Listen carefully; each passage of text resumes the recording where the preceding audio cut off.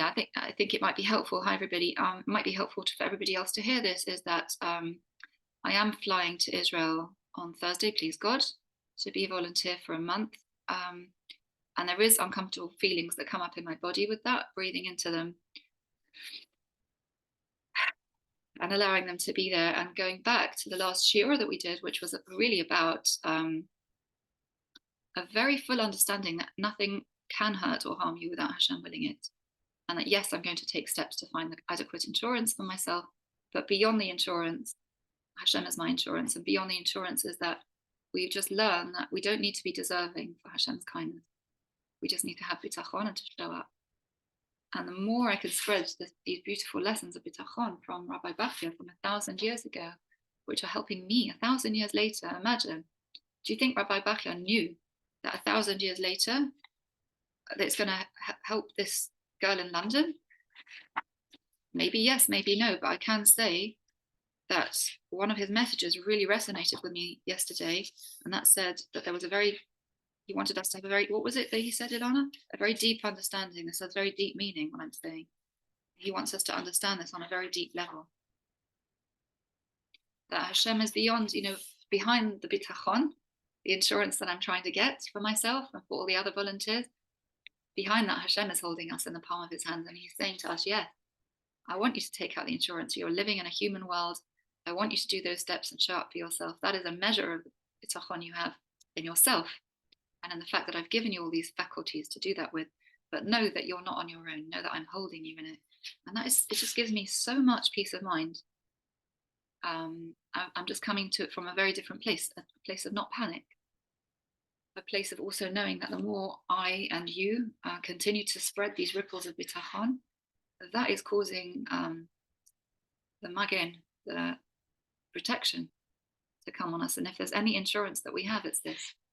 This is our insurance, just taking these daily steps.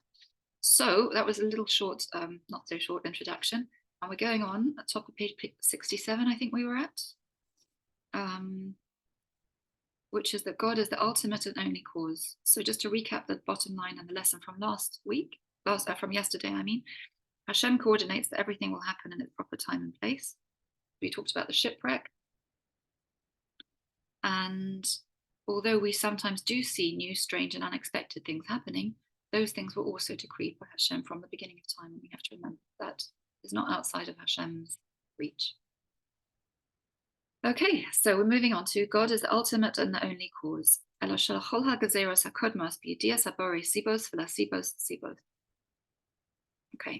simply put, all the prior decrees of Hashem that were in the foreknowledge of the Creator were decreed in such a way that they have direct causes for their occurrence, and those causes have prior causes themselves. Okay, I'll go to the explanation in a minute when I finish this paragraph. ומי שאינו מבין ענייני העולם יחשוב, כי הסיבה המתחדשת מחייבת שינוי העניינים, והסהפכותם מעניין של עניין. So, however, someone who doesn't contemplate the manner in which the world is run, when he sees a change in his reality, will think that's the new cause that forces a change in reality, and that coming into being has turned from one matter into another. So we can very easily see that phenomenon happening when we had COVID, and suddenly all of us were forced into a new reality overnight. And a lot of us were thinking like panic measures, it's because of this, conspiracy theorists that, the government the other, she's wrong, I'm right, all the crazy in our head. And what our gut reaction, our first human reaction, I'm not saying it's the correct reaction, but a normal human reaction is often to try and pin the blame on something. Whereas we have to know that even those crazy stuff that happen overnight, and there's a whole new reality, even that is Hashem. Okay. והסיבה חלושה או נקלה מהיוס ממנה שינוי או החילוף בעצמם כאשר נראה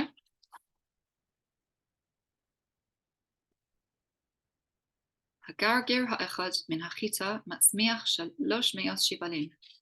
Okay, in truth, the cause is too weak and insignificant to be themselves the reason for the change or transformation, as can be illustrated from the fact that a single grain of wheat produces 300 ears, and each ear of grain has 30 grains. So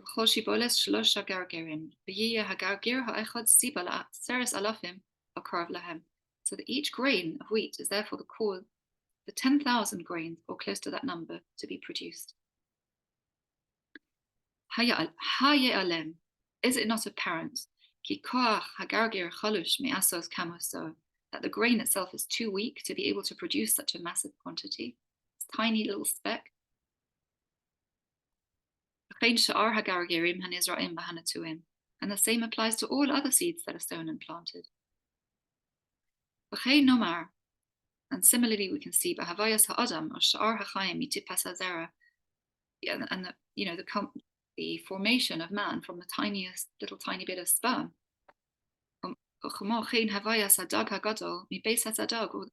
Or the existence and the manifestation of a huge fish, from a little tiny egg, in katnusa, from the smallest egg of a fish. So similarly, regarding the creation of human beings and other living creatures, which are created from a drop of seed, here too it's apparent that the drop itself doesn't have the power to be the source of the entire person. This is also evidenced from the fact that a large fish is created from the small egg of a fish. Thinking about it as I read, it seems very obvious, so maybe it's a bit silly me saying it, because you're going to think, well, that's obvious, but it's still a wonder to me that maybe HaKadosh Baruch Hu created this. Well, I mean, HaKadosh Baruch Hu could have created all fishes ready-made, big. Could have created people ready-made and big. What do you have to create us tiny and then we grow? I think he was dropping the most obvious hint that he's there. It's like, hello, knock, knock. It can't be otherwise. It can't be anything other than. If we had manifested in full, we could have easily thought, well, we're so powerful, we created ourselves. But the fact that each time we manifest from the tiniest little thing and grow, and we see the seed cracking in the ground and disintegrating into nothing, and then 10 years later it's a tree, a full tree. It can't be that it came from that seed. Something it must be powering that thing. So although created beings seem to have the power to change the quantity and quality of other created beings, in truth, everything is a result of God's will. The created beings that seem like the cause of the changes that we witness are merely agents that God uses for that purpose. We've lost Yael, but I do know that she's traveling, so we'll just keep on going and hopefully she'll tune back in. Okay, Yelena, you're right if I go straight to the commentaries, or is there anything you wanted to say? Yeah, no, I'm here. Yeah. Go for it. Lovely. Quantity and quality. How long the created being will live and how small or large it will be. That's what it meant by that. That which does happen in this manner. So it seems that events occurred by accident or quicker than their time or later than their time. And that was the Tov HaLebanon, Manoach HaLebavot. Or it could also mean when out of the ordinary miracles occur. And that's from the Aliyat HaBitachon, and the Beit Midot also follows that translation of the text. Were decreed in such a way that they have direct causes for their occurrence, and those causes have prior causes. Okay, the entire chain of events that accomplished God's desire is planned by God with his foresight, and every incident also has its independent reason and decree. So the chain of events have Shem behind them, and each point of the event also has Hashem's reasoning and machshavot behind it. It is well beyond our limited minds to comprehend how all of these things could possibly be coordinated to a certain end, and nevertheless, each one is no accident but by divine decree. And that was the top Levanon. And I was just talking about the Hashgacha Pratis. I was talking to Yael about, once I've made the decision to go to Israel, I often find when I make a decision in my life that isn't good, life somehow conspires for me to stop from doing that thing. I get frustrated at every step. It's like a brick wall. It's like someone saying to me, no, don't do that thing. And I sometimes keep going despite myself thinking, no, but I want to, no, but I'm sure that this is right for me, or maybe my status, my prestige demands that I should do that thing or not let that thing go. But if Hashem doesn't want it, he doesn't want it. But when I make a decision that I hope is aligned with his will, and this was one of them, but who knows, but I was trying for that. Every little step along the way becomes so easy. Like the family that wanted to move in just for a month, who's a lovely family. The fact that I was thinking I need a rug for the spare room for the kids who are moving in because it's cold there. The minute I thought that, somebody posted a rug. I'll show you. Literally arrived at my door on the group, on my street group, not a Jewish street. Just is anybody looking for a rug? I've got one that I want to give away. It's just been cleaned. It's beautiful. It's so cute. It matches the room exactly with buttons on it for kids. What else? I was thinking I need some boxes to box my things up this morning. Again, another message on the group. Does anybody need some cardboard boxes? It's as if someone is having a joke and reading my mind and just like offering me that thing. And I feel like there are angels surrounding me. And even though I don't have my insurance yet, I feel like I have my real insurance properly backing me up on this one. It's really sweet. And I do feel very loved and supported by Hashem.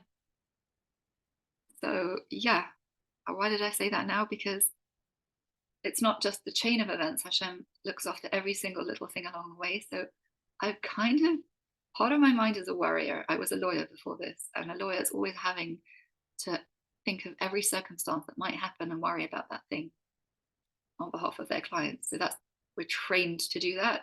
It's a very paranoid frame of mind. It's also a very Jewish frame of mind to always consider every eventuality. It's a war mentality. And it's not a mentality where you can relax. You're always on the alert thinking, oh, what's happening? What's next? Very ADHD brain. And so what this way of bitachon is very methodically showing us is to come out of that is that, yeah, you can obviously, and you should consider long-term thinking and consult with people, consult, all the people you need to and get all the checks in place. But to know that also Hashem is guiding. He is in charge, and you're steering the boat, but you're just got the kids' wheel, and the main major wheel is the headquarters. Okay, the cause is too weak and insignificant for the reason for the change, to be the reason for the change. All that a created being can produce is something from something. So anything that I make, for example, I make a glass. It wasn't me, this was my teachers made this beautiful glass piece. That's Ahava. So you could say she made it. She took pieces of glass and melted them and kiln fused them and made this beautiful piece. But she took raw ingredients. Well, that's what I do as well. Take raw ingredients and make them into something else. But we cannot have the power to make something out of nothing. So he can rearrange the form of material, that's true. But it's only the infinite essence of Hashem, who always existed and has no cause for his being, who can create something from nothing. Yesh me'ayin. The default state is nothingness, and it is God who creates and sustains all creation, not only their material, but their concept as well. From the nothingness that pre-existed that creation, Hashem has also invested certain vessels, primarily the Sefirot of the sublime world of Atzilut, with its energy to create something from nothing. Therefore, if something occurs, it must be created by the will of God. Any emanation, any manifestation, anything that happens, any circumstance, any physical manifestation, any energetic manifestation, any news events, all is Hashem. A person who does not understand the affairs of the world will erroneously compare the creation of something from something with the creation of something from nothing, and think that a created cause, i.e. creation itself, evolution, has the power to produce something real. And that's the opinion of the Tanya, Shar HaYichud Lahamuna, and the Igeres HaKodim. Hello again, Yael. Welcome back. So the bottom line is she here? The bottom line is, if something occurs, it must be by the will of God. And then we have the part that says, other seeds that are sown and planted, all vegetation has this similar quality, that their full development is infinitely greater than the cause, i.e. the seed of their growth. Hi, Yael. We're just talking about how in creation, everything comes from a tiny seed. So we are from a tiny drop, and plants grow from a tiny seed. And the way that Hashem has made it happen in this world is that great things emanate from something tiny. So it's almost inconceivable. It is inconceivable to think that the seed itself has the power to create this huge tree, or this person, or this massive fish, or even a grain of wheat, which develops into ears of wheat that have more grains and more grains and more grains on it, and that's the formation of it, like a fractal, it can't be that that tiny thing has the power to create something hundreds and thousands and billions times greater than itself, exponentially. The power that powers it can't be the thing. So all vegetation has a similar quality, that the full development is infinitely greater than the perceived cause of the growth, which would be the seed. And this is similar to the concept of creation of something from nothing, yesh me'ayin, that the final product does not really exist in its original cause. The reason for this is that the earth has an inherent quality, that it contains, in a more revealed manner, the infinite energy of the divine, and that it can therefore create, similar to the infinite essence of Hashem, creations that express something from nothing. It is because of this supreme divine quality that is contained in vegetation that it has the energy to feed and sustain man and beast. And that's from the Tanya and Likutei Torah on Shir HaShirim. Creation of human beings, etc., the birth of children, and the constant creation of generations, generation after generation, with a power for infinite generations, is also an expression and due to the infinite energy of Hashem that is present at conception. And that's from Likutei Torah. And the bottom line is, and that's also from Shir HaShirim, the bottom line is that childbirth is a concrete expression of God's infinity. Okay, let's just see what time is. We're almost at time, so I think we're going to stop there. And so I've chosen the Perek of Tehillim today that it just opened to, and I thought it was very apt because it talks about David fighting Avimelech in Gat, which is the area of the Philistines, which predated the modern day Palestinians. So it is chapter Lamed Dalet 34. Do you have a Tehillim on you? Do you want to say it with me?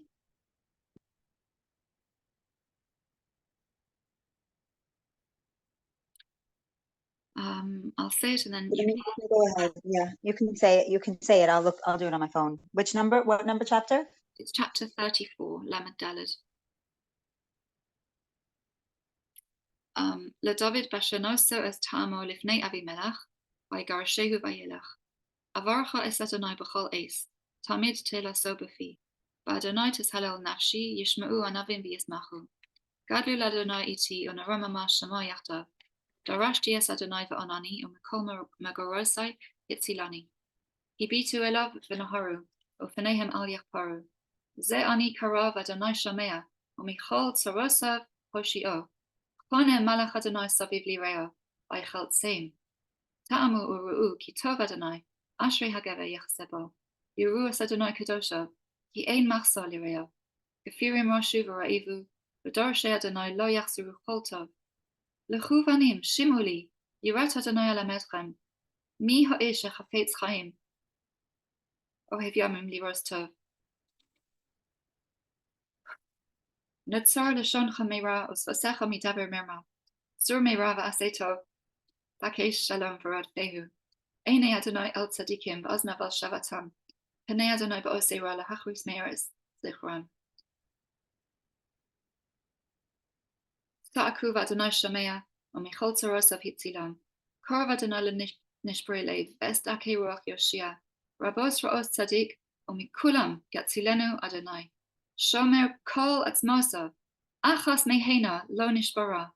Tamoses rasha ra'a, v'sone tzadik yeshamu. Hoda Adonai nefesh avadav, v'lo yeshmu kol achosim bo. Ilana, you'll wonder why I was smiling. It says, Mi ha'isha chafetz chaim ohev yamim liras tov. And I'm looking at Chafetz Chaim literally looking at me, smiling. That was just really sweet. I could feel his energy blessing us.